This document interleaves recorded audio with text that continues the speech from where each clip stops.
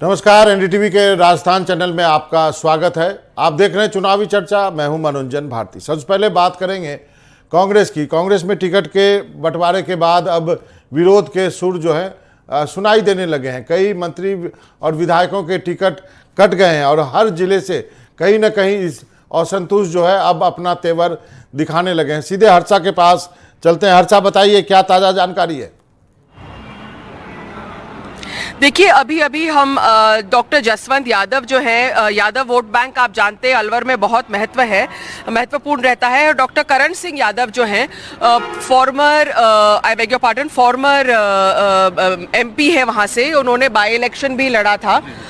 Doctor Karan Singh Yadav, उनकी wife भी बहुत एक्टिव है इसमें अलवर में, और बहुत ज़्यादा जो यादव वोट बैंक है उस पर उनकी पकड़ है। अब उन्होंने आज यहाँ पर प्रेस कॉन्फ्रेंस करके और कहा है कि जो भंवर जितेंद्र द्वारा जिस तरह से टिकट वहाँ पर दिए गए हैं, आपको बता दें कि वहाँ पर राजगढ़ से जौहरीलाल मीणा के टिकट को काटा गया है, बाबूलाल बैरवा के टिकट को काटा गया है, बिशनगढ़ बाद से दीपचंद खेरिया के टिकट को काटा गया है, और बहरोड से सक्रिय कांग्रेस नेता बस्ती राम का भी टिकट काटा गया है। तो ये जो सारे जो चीज़ें हैं, मतलब 3-4 टिकट वहाँ पर काटे गए, उनसे एक यादव वोट बैंक पर असर पड़ेगा। Doctor Karan Singh Yadav, farmer MP, ये बताइए कि कितने टिकट आपके ज़िले में काटे गए हैं और आपको क्यों लगता है ये गलत निर्णय लिया गया है? देखिए, जौहरीलाल मीणा जो हैं वो 3 बार के विधायक रहे हैं और बहुत मेहनती इंसान है। आज भी उनकी बहुत पकड़ है, लोगों के जीने मरने खुशी गमी में सब जगह हाजिर रहते हैं। उनका टिकट काट करके और 4 महीने पहले आए किसी एक्सीएन या AEN को टिकट दिया गया। लेकिन उनकी बेटी के खिलाफ एक रेप केस है। बेटे के खिलाफ में कॉन्ट्रैक्टेड रेप केस है, लेकिन उसके खुद की इमेज बहुत क्लीन है, बहुत क्लीन है। और इसी तरह से बाबूलाल बैरवा है, वो विकलांग होते हुए भी लोगों के बीच में दिन रात रहते हैं। उनका बेटा प्रधान भी है, उसका भी टिकट काट दिया गया। ये बहरोड से 2 बार जिनकी पत्नी प्रधान रह चुकी, जिला प्रमुख, उप प्रमुख रह चुकी, उन बस्ती राम जी जो कांग्रेस के बहुत सक्रिय कार्यकर्ता है, उनको टिकट नहीं दिया गया और ये कहा कि सर्वे में इनका नाम नहीं था। अब जिसको टिकट दिया गया है, आप किसी भी सर्वे में पता कर ले में, अगर वो बच्चा अपनी जमानत भी जब्त कर बचा लेवे तो उसके लिए बहुत बड़ी बात होगी। आपने इसमें यह भी किया है कि अलवर शहर में भंवर जितेंद्र सिंह सबसे उपयुक्त उम्मीदवार है। वो सर्वे में यही है कि भंवर जितेंद्र सिंह ही इस चुनाव को जीत सकते हैं। 3 बार से वो चुनाव वहाँ पे आ रहे हैं। नहीं, वो लेना नहीं चाहते। He doesn't want to fight। वो लेना नहीं चाहते। अपने किसी चाहते को ऐसे ही टिकट पकड़ा देंगे और नतीजा आज लिख लीजिए मेरे सामने कि वो 0 आएगा। तो आप क्या कहना चाह रहे हैं कि जो बड़े नेता हैं जिनकी हाईकमांड तक पहुंच है, जैसे भंवर जितेंद्र, वो एक तरह से ये डिसाइड कर रहे हैं टिकट्स का, वो जमीन की कार्यकर्ता का नहीं सुन रहे हैं? देखिए, ये टिकटों का डिस्कशन को इस कमेटी में हुआ ही नहीं। स्क्रीनिंग कमेटी में ये हुआ कि सब अलवर की टिकटें जो भंवर जितेंद्र का है वो कर दीजिए। ये एक तरह का ब्लैंकेट डिसीजन है। और भंवर जितेंद्र, आप सही कह रहे हैं, क्योंकि भंवर जितेंद्र ने काफ़ी काम कराया अलवर में जब वो एमपी थे। आप भी अलवर एमपी रहे, तो अलवर की शहर वो सीट वो निकाल सकते हैं, और जो बीजेपी का एमएलए है वो उसके खिलाफ एंटी इनकम्बेंसी है। तो भंवर जितेंद्र खुद नहीं लड़ रहे हैं। नहीं लड़ रहे, और उसका फायदा उठाएगा वो बीजेपी का कैंडिडेट।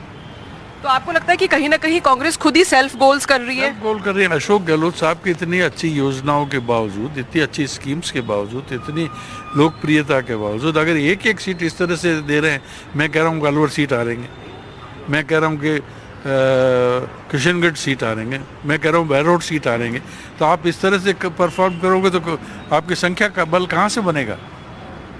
तो आपका उद्देश्य क्या है आज बोलने का? आप मतलब कोई पार्टी छोड़ेंगे या कुछ बगावत करेंगे? नहीं, मैं पार्टी नहीं छोड़ना चाहता, न बगावत करना चाहता हूँ। मैं पार्टी लॉयलिस्ट हूँ।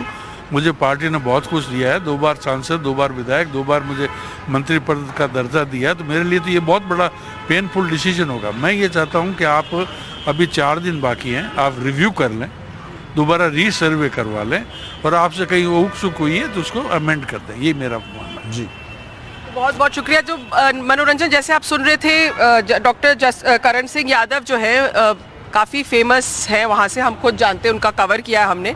पकड़ रखते हैं अपने ज़िले में, अच्छी खासी पकड़ रखते हैं, लेकिन इनको पूछा नहीं गया, इनको एक बार भी नहीं पूछा गया। और इनका आरोप है कि भंवर जितेंद्र को पूछा गया क्योंकि उनकी प्रॉक्सिमिटी है हाईकमांड से। तो हर्षा, मेरा एक सवाल यहाँ पे ये है, इनकी बात सुनी जा रही थी। मेरा हर्षा ये सवाल है, केवल अलवर ही नहीं, बाकी जगह से चित्तौड़गढ़ और बाकी जगह से दूसरा एक बड़ा नाम है महेश जोशी, इन सब के टिकटों का क्या बताओ, अब क्या हो रहा है इन जगहों पे? जी देखिए, जहाँ तक महेश जोशी का टिकट है उस पर वापस से सवालिया निशान लगा हुआ है। आपको मालूम है कल ये खबर फैल गई थी जयपुर में कि आर तिवारी ने नॉमिनेशन फॉर्म बनाया है, तो अभी तक तो वो टिकट, उसका सीट डिक्लेयर ही नहीं हुआ है, लेकिन फिर भी आप देख रहे हैं कि किस तरह से हल्ला मच गया। और तो ये होने वाला है। हमने देखा डॉक्टर करण सिंह यादव, हमने देखा कि किस तरह से मतलब ये टिकटों को लेकर हल्ला मचा। कल तो हवा महल में खूब हल्ला मचा है। हाँ जी, बिल्कुल बिल्कुल, वो ये तो नुकसान होने वाला है। हाँ, नुकसान होगा था, नुकसान होगा। अब जोशी जैसे निष्ठावान इतने वर्षों से रहे हुए, क्या मिस्टेक कर दी वो उस मीटिंग में जा करके या बुला करके, फिर तो सभी जो गए थे सभी को निकाल दीजिए आप पार्टी से। धारीवाल इतना लोकप्रिय नेता है, उसके आप टिकट काटोगे, कौन दे देगा कोटा में आपको वोट? कोटा छोड़, कोटा संभाग में कोई वोट देने वाला नहीं है। जी जी, तो मतभेद मतलब दूर करके आगे बढ़ना चाहिए। जी, आपने सुना, क्योंकि जो मैंने सोचा कि करण सिंह यादव जी हमारे साथ हैं, डॉक्टर साहब अच्छे सीनियर लीडर है, तो उनकी भी बात सुनी जाए। जी मनोरंजन। जी हर्षा, आपका बहुत बहुत शुक्रिया इस तमाम जानकारी के लिए। तो हर्षा पूरा एक पर्सपेक्टिव समझा रही थी, अलग अलग जगहों पे जो कांग्रेस के टिकट के बाद जो स्थिति बनी है उसको लेकर के। हमारे साथ नीरज भी है, हमारे साथ श्याम सुंदर जी भी हैं। श्याम सुंदर जी, सबसे पहले आपसे आप बताएं, जो टिकट बंटवारे के बाद स्थिति जो बनी है राजस्थान में कांग्रेस की, उसको क्या डैमेज कंट्रोल जल्दी करना चाहिए कांग्रेस को, नहीं तो वक्त हाथ से निकलता जा रहा है? देखिए धर्मेंद्र भारती जी, पहली बात तो एक अशोक गहलोत और सचिन पायलट के बीच में जो विवाद है वो बरकरार है। वो आप मुखर होकर के बोलने लगे हैं। मुख्यमंत्री जी आज भी कह रहे थे कि भाई मैं चाहता था उनको टिकट नहीं मिले, लेकिन मानेसर वाले को सबको टिकट दे दिए गए। अभी आपने कहा कि डॉक्टर महेश जोशी जिसको टिकट नहीं देने की बात हो रही है, धर्मेंद्र राठौड़ ने तो मान ही लिया मुझे टिकट नहीं मिल रहा है, इसलिए साध्वी वहां पे आई गई है जो आपके सामने आज ज्वाइन किया है जिन्होंने। और इसकी बात करें, शांति धारीवाल के लिए विचार हो रहा है कि किसी तरह से उनको टिकट दे दिया जाए कि कोटा में इनके पास अच्छा व्यक्ति नहीं है, लड़ने वाला व्यक्ति भी नहीं है जिस प्रकार से होना चाहिए। तो ये बातें, सुभाष मील जो थे वो देखिएगा, महादेव सिंह खंडेला को जब आपने खंडेला का टिकट दे दिया तो वो बीजेपी में शामिल हो गया, आपके 2-3 लोग और भी शामिल हो गए। तो इस प्रकार से कांग्रेस से जाने वालों की स्थिति भी काफी हो गई और लेने वाले और भी बैठे तैयार।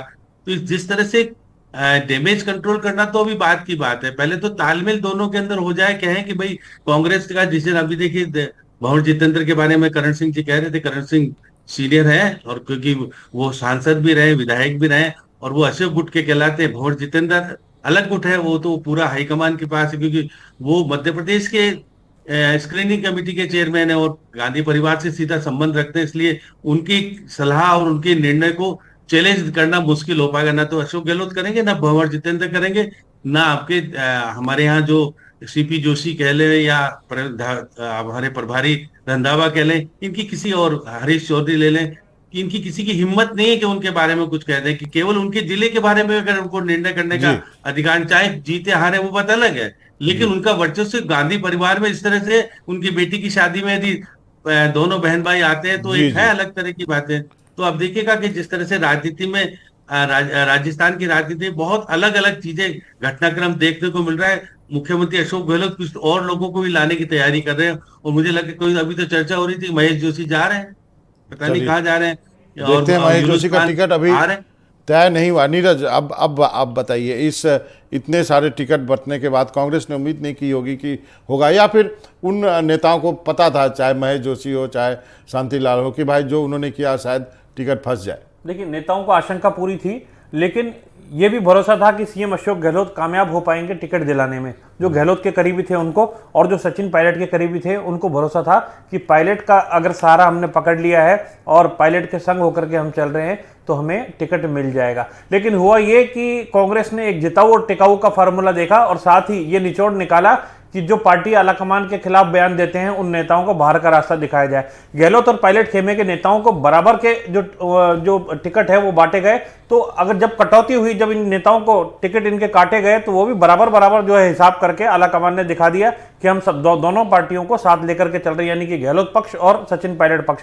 जो मंत्री हैं, 6 मंत्री ऐसे हैं जिनके टिकट अभी भी फंसे हुए हैं और सस्पेंस में हैं, जिनमें शांति धारीवाल है, महेश जोशी है, जाहिदा खान है जो कि शिक्षा राज्य मंत्री रही, इसी तरीके से अन्य जो है सुभाष गर्ग हैं, तकनीकी शिक्षा विभाग के वो मंत्री रहे, लालचंद कटारिया तो ये भी कह चुके थे मैं चुनाव नहीं लड़ना चाहूंगा या चुनाव नहीं लड़ूंगा।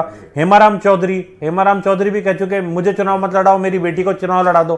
तो इस तरह के नेता है। धर्मेंद्र राठौड़ वो के आरटीडीसी के चेयरमैन, उनका भी टिकट अटका हुआ। तो 6 तो ऐसे मंत्री हैं और एक राज्य मंत्री का दर्जा प्राप्त व्यक्ति हैं जिनके टिकट अभी अटके हुए हैं, सस्पेंस के अंदर हैं। महेश जोशी को लेकर काफी बवाल भी मचा। विधायक भी ऐसे बहुत सारे जिनके टिकट काटे गए। पायलट खेमे के खिलाड़ी लाल बैरवा का टिकट कटना सीधे तौर पे बताता है कि जो सचिन पायलट की आवाज में आवाज मिला रहे थे उस नेता को टिकट नहीं दिया गया। खिलाड़ी लाल बैरवा एससी आयोग के चेयरमैन भी है, उन्होंने अपने पद से इस्तीफा दे दिया एससी आयोग के। इसके साथ ही लंबी फेहरिस्त है। गंगानगर से राजकुमार गौड़ का टिकट काटा गया, बहरोड से बस्तीराम का, तिजारा से दुर्रू मियां जो कि पूर्व मंत्री भी रहे चिकित्सा और सोनिया गांधी परिवार से बहुत अच्छे क्लोज रिलेशन उनके रहे, लखनऊ के वो नवाब परिवार से भी वो आते हैं। दुर्रू मियां का टिकट यहां पर कट गया, ये भी चौंकाने वाला रहा। राजगढ़ से जौहरीलाल मीणा, हालांकि उनके बेटे पर रेप का आरोप था इसलिए उनका टिकट जो है वो काटा गया। कठुमर से बाबूलाल बैरवा का टिकट काटा गया। तो दलितों में भी एक गलत मैसेज गया। लेकिन नीरज, हम इस प्रोग्राम में पहले चर्चा कर चुके हैं कि राजस्थान में कह रहे थे गहलोत तुमसे बैर नहीं, विधायक तुमसे खैर नहीं। तो अब जब विधायकों का टिकट कट गया तो फिर अब इतना बवाल क्यों? देखिए, निश्चित तौर पर कई ऐसे विधायक थे जिनके खिलाफ एंटी इनकम्बेंसी का माहौल बना हुआ था। सरकार के खिलाफ एंटी इनकम्बेंसी की बात नहीं थी। सीएम गहलोत लगातार ये कह रहे थे सरकार के खिलाफ इस बार एंटी इनकम्बेंसी नहीं पनपी है। लेकिन स्थानीय स्तर पर अब किसी विधायक के बेटे पर रेप का चार्ज लगा हुआ है और पीड़ित गुहार लगा रहे हैं, रोज आंदोलन हो रहे हैं, तो क्या उस विधायक को जनता जिता पाएगी? ये सोचनीय सवाल कांग्रेस पार्टी के लिए यहां बन गया था, इसलिए बाहर का रास्ता दिखाया। कुछ ऐसे नेता थे जिन्होंने गलत बयान दिए। अब शांति धारीवाल ने विधानसभा में खड़े होकर कह दिया कि बलात्कार इसलिए राजस्थान में ज्यादा होते हैं क्योंकि मर्दों का प्रदेश है। दूसरा, अपने घर पे बैठक कर ली कांग्रेस विधायकों की, और जो आला कमान ने जो मैसेज भेजा था उनके दूत मल्लिकार्जुन खड़गे उस टाइम बना के भेजे गए थे, अजय माकन बना के भेजे गए थे। खड़गे आज राष्ट्रीय अध्यक्ष हैं, तो उनकी नाफरमानी हुई और उनको बैरंग लौटना पड़ा। तो ऐसे व्यक्ति को टिकट देना ये पार्टी के लिए चुनौती बात बन गई थी। सही में। अब एक और चीज आपका यहाँ पे रुकते हुए हम सुनाते हैं। हम महेश जोशी की इतनी चर्चा कर रहे हैं, खाचरियावास ने क्या कहा महेश जोशी पर, ये काफी महत्वपूर्ण है। उनको सुनते हैं कि जब उनसे पूछा गया कि महेश जोशी क्या बीजेपी में शामिल हो गए। हालांकि हम अपने दर्शकों को बता दें कि महेश जोशी के टिकट पे अभी अंतिम फैसला नहीं हुआ है। क्या कहा खाचरियावास ने, ये सुनते हैं। महेश जोशी जी मुख्यमंत्री जी के बहुत नजदीक है, पार्टी के बहुत सीनियर आदमी है। महेश जोशी जी का हम बहुत सम्मान करते हैं, पार्टी उनका बहुत सम्मान करती है, कांग्रेस के पुराने कार्यकर्ता है। तो महेश जोशी जी के हमारे तो बहुत अच्छे रिश्ते हैं, बहुत प्रेम है।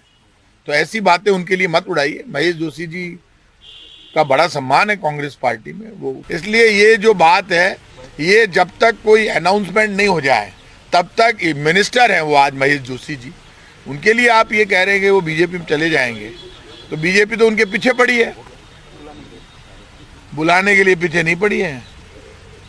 दूसरा काम हम बातें पड़ी है। तो बीजेपी आड़ा बहुत भला है कि वो समझते हैं, खुद हमारा हर मिनिस्टर समझता है बीजेपी ले तो जाएगी, देने वाली कुछ नहीं है। श्याम सुंदर जी, अगली खबर पे जाऊंगा, लेकिन एक कमेंट लेना चाहूंगा। जो अंतिम लाइन थी, बीजेपी ले तो जाएगी लेकिन कुछ देगी नहीं। देखिए मनोरंजन भारती जी, बात यहाँ यही फंस रही है कि सिविल लाइन से चुनाव लड़ो, हमारे हवा महल नहीं देंगे।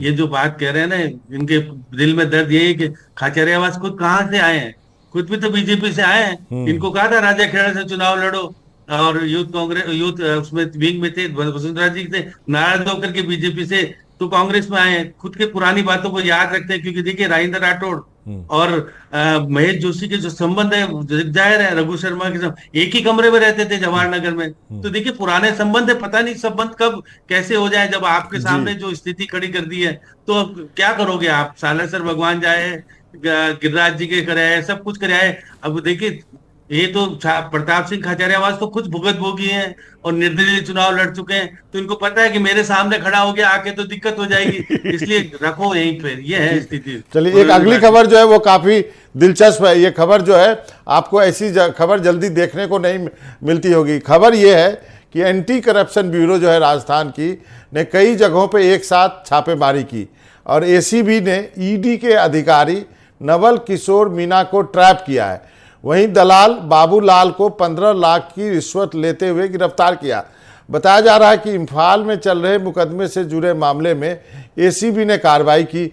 एसीबी ने बहरोड, निमराना और जयपुर में रेड डाली है। अब ये ऐसी खबर है कि इस पर ये नीरज देखने को मिलता नहीं। ये क्या अंदर की क्या खबर है? ये देखिए, एसीबी की सर्जिकल स्ट्राइक इसको कहा जा सकता है, राजस्थान एसीबी की।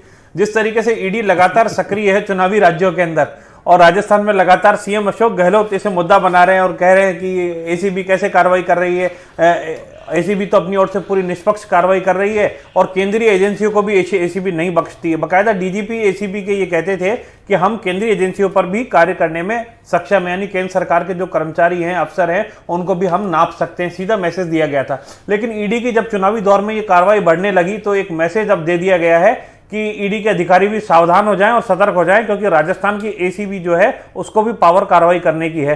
तो अब केंद्रीय सरकार के जो एजेंसियां हैं, इनके अधिकारी भी अब चमक गए हैं इस कार्रवाई के बाद में कि कहीं सर्जिकल स्ट्राइक जो है वो अगली हमारे ऊपर नहीं हो जाए। निश्चित तौर पे ये मैसेज देने की राजनीति यहाँ पर की गई है। हालांकि इसको सरकारी भाषा में कहा जाएगा रूटीन वर्क है और इस प्रकार की कार्रवाई करने में एजेंसी निष्पक्ष तौर पे अपना काम कर रही है। जिस प्रकार से एसीबी ने अपना काम किया है उसी तरीके से ईडी भी अपना काम आगामी दिनों में कर सकती है। श्याम सुंदर जी, मैं आपके पास आता हूं, लेकिन बीजेपी की तीसरी लिस्ट भी जारी हो गई है। 58 नामों की घोषणा कर दी गई है और ये नीरज, ये वही सीटें हैं ना जहां पे बीजेपी अधिकतर सीट हारी हुई है। देखिए, निश्चित तौर पर जहां पर बीजेपी चुनाव हार रही थी तो वहां लगातार ये सवाल उठ रहे थे कि वहां किन्हें टिकट दिया जाए। इसी को लेकर के मंथन जो है वो किया गया था। प्रधानमंत्री नरेंद्र मोदी की अध्यक्षता में कल जो बैठक हुई, सीसी की बैठक, उसके बाद में ये 58 उम्मीदवार जो हैं ये आ गए हैं। प्रफुल्लाल सैनी, ये सब मदन दिलावर इसमें आ गए हैं। आरएसएस संघ से जुड़े नेता हैं, वसुंधरा के करीबी हैं। मदन दिलावर का जो है नाम इसके अंदर सामने आ गया है। अन्य जो नेता हैं इनके नाम सामने आ गए। तो 58 उम्मीदवारों के जो नाम हैं ये अब सामने आ चुके हैं। और ज्यादा आप और जानकारी लीजिए। प्रभुलाल सैनी खुद सैनी समाज से आते हैं, 12 के अंता से चुनाव लड़ते हैं। वसुंधरा राज्य के खास रहे, पिछली वसुंधरा सरकार में कृषि मंत्री रहे प्रभुलाल सैनी, तो इनका नाम जो है ये सामने आ गया है। तो ये बड़ी खबर है कि इस तरह के जो नेता हैं इनको चुनाव के अंदर उतार दिया गया है भाजपा की ओर से। और जो पूरी लिस्ट है वो पूरी लिस्ट हमारे पास आ चुकी है। इस लिस्ट के अंदर 58 उम्मीदवारों को जगह भाजपा की ओर से दी गई है। ज्यादातर वसुंधरा खेमे के लोगों को इसके अंदर जगह दी गई है। सादुर शहर में गुरवीर सिंह जो बराड़ है उनको भाजपा ने टिकट दिया है। करणपुर से सुरेंद्र पाल सिंह टीटी को यहां टिकट दे दिया गया है। सूरतगढ़ से राम प्रताप कासनिया को टिकट दिया है। विश्वनाथ मेघवाल डॉक्टर हैं, उनको खाजूवाला एससी सीट से टिकट दिया गया है। इसी तरीके से कोलायत से पूनम कंवर भाटी को टिकट दे दिया गया है। सुमित्रा पुनिया को सादुलपुर से जगह दी गई है। राजेश दहिया को पिलानी से उतारा गया। धर्मपाल गुजर जो खेतड़ी हैं उन्हें खेतड़ी से ही उतारा गया है। खेतड़ी में गुजरों का एक अच्छा यहाँ पर वोट बैंक है और यहाँ कांग्रेस सरकार जो है, कांग्रेस सरकार से अभी हाल ही कांग्रेस पार्टी से जितेंद्र सिंह गुजर जो हैं, डॉक्टर जितेंद्र सिंह, वो यहाँ उम्मीदवार बनाए गए थे। सचिन पायलट के खिलाफ अजीत सिंह को उतार दिया। अजीत सिंह मेहता जो है वहाँ के एक बड़ा स्टैंड रहा उनका, जिले में उन्होंने बड़ी भूमिका निभाई, संगठन में भी जिला अध्यक्ष के रूप में उन्होंने भूमिका निभाई। पिछले चुनाव में भी कहा जा रहा था अजीत सिंह मेहता को चुनाव लड़ाया जा सकता है, लेकिन पिछली बार यूनुस खान को यहाँ पर लाया गया था सचिन पायलट के सामने। तो यूनुस खान का क्या हुआ? अभी यूनुस खान जो है उनका अभी तक ये चर्चा चल रही थी क्या उनको बीजेपी चुनाव लड़ाएगी नहीं लड़ाएगी, क्या पता वो कांग्रेस में नहीं चले जाएंगे। एक बार श्याम सुंदर जी के पास चलते हैं। श्याम सुंदर जी, अब मैं तो टिप्पणी आपसे लेना चाहता था ईडी वर्सेस अब जो है एसीबी की, लेकिन अब इस लिस्ट के बारे में आपकी क्या टिप्पणी है? देखिए धर्मेंद्र जी, इसमें तो मुझे लगता है कि वसुंधरा को भी पूरी तरजीह मिली है और जिस प्रकार से चल रहा था, देखिए अब सचिन पायलट के खिलाफ पुराना जो विधायक हुआ करता था, जब तो यूनुस को लाए थे, लेकिन इससे पहले जब ये मेहता लड़ा था उसकी तैयारी चल रही थी। आज भी वो नामांकन भरने की तैयारी हो रही थी, तो वो लाए लोकल, लेकिन जीतेगा तो नहीं। और मुख्यमंत्री जी के खिलाफ अच्छा कैंडिडेट लाए हैं। देखिए वो प्रोफेसर भी हैं और देखिएगा वहां पर अभी जोधपुर व्यास यूनिवर्सिटी में प्रोफेसर है और ये जो जोधपुर विकास प्राधिकरण के चेयरमैन भी रह चुके हैं। तो ऐसी जो जी। प्रभुलाल सैनी पहले तो वहां ले गए थे, अब उनको बदल करके निश्चित तौर पर जो अशोक है जो खेल राज्य मंत्री, उनके खिलाफ उतारा है। तो ये मैं कह सकता हूं कि ये हारने वाली सूची तो नहीं है धर्मेंद्र भारती जी। ये तो देखिए, हारने वाली सूची तो 41 की थी, जो जिसमें 39 लोग हारे थे। हाँ। ये जीतने वाली सूची है, जहां पर कि बीजेपी कई बार जीतती भी रही है, कुछ जगह पर हारी भी है निश्चित तौर पर। लेकिन वो सूची है जहां पर मुख्यमंत्री गहलोत के खिलाफ भी अच्छा उम्मीदवार खड़ा किया है, या सचिन पायलट के खिलाफ भी स्थानीय लाए हैं। वो पहले स्थानीय नहीं ला पाए थे, स्थानीय लाए। तो इस प्रकार से जिस प्रकार का मैं सोच रहा था कि पूर्व मुख्यमंत्री को वर्जित मिलेगी, वो तरजीह देने का जो प्रयास किया है, उसका वो मतलब एकोमोडेट किया गया है वसुंधरा राजे को। एक ब्रेक के लिए रुकते हैं। आइए, जो लिस्ट आई है बीजेपी की, इसकी मुख्य बातें क्या है?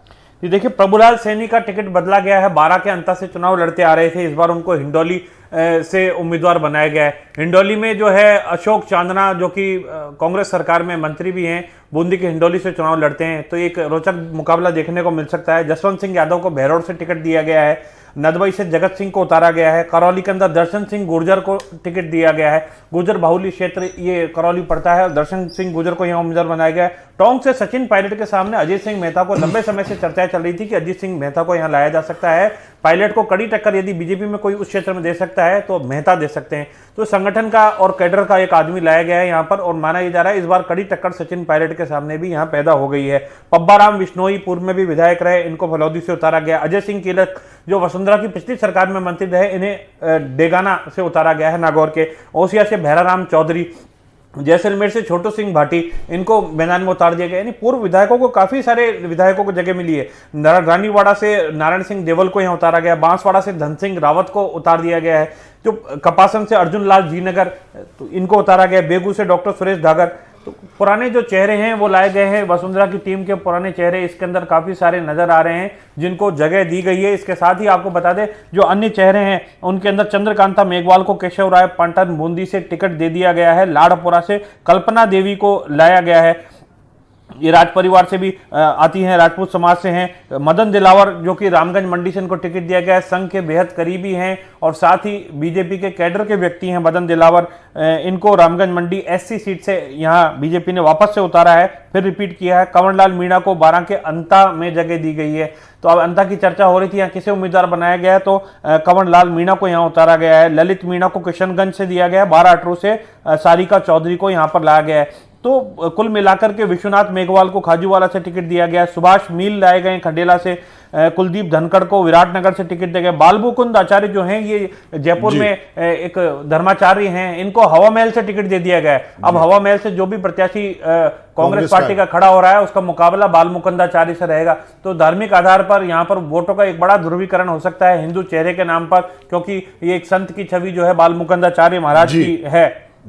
जी नीरज, आपका। और श्याम सुंदर जी, जाते जाते 40 सेकंड में सचिन पायलट और अशोक गहलोत को क्या घेर पाएंगी जो ये जो सूची आई है इसके बाद?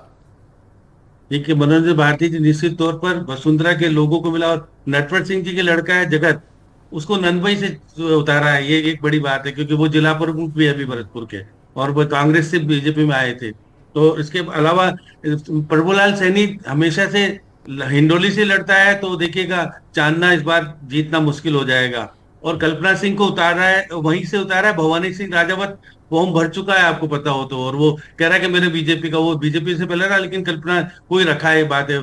देवी सिंह भाटी की पुत्रवधु को उतारा है। शुरू से चर्चा थी कि उनको लाया जाएगा, और जिस प्रकार से मदन दिलावर को भी टिकट दिया है, तो पुरानों को टिकट देकर के, और देखिए राम प्रताप कासरिया जो था वो भी पहले लड़ चुके हैं चुनाव। तो ये सब काफी लोग हैं जो कि वसुंधरा जी के जो कह रहे थे नहीं हो रहा, इस बार संतुष्ट किया है। और मुझे लगता है कि जो उनको अजय क्लिक है, पहले सहकारिता मंत्री थे, और देखिए सीआर चौधरी के भतीजे माने जाते हैं, उनको भी टिकट दिया गया है।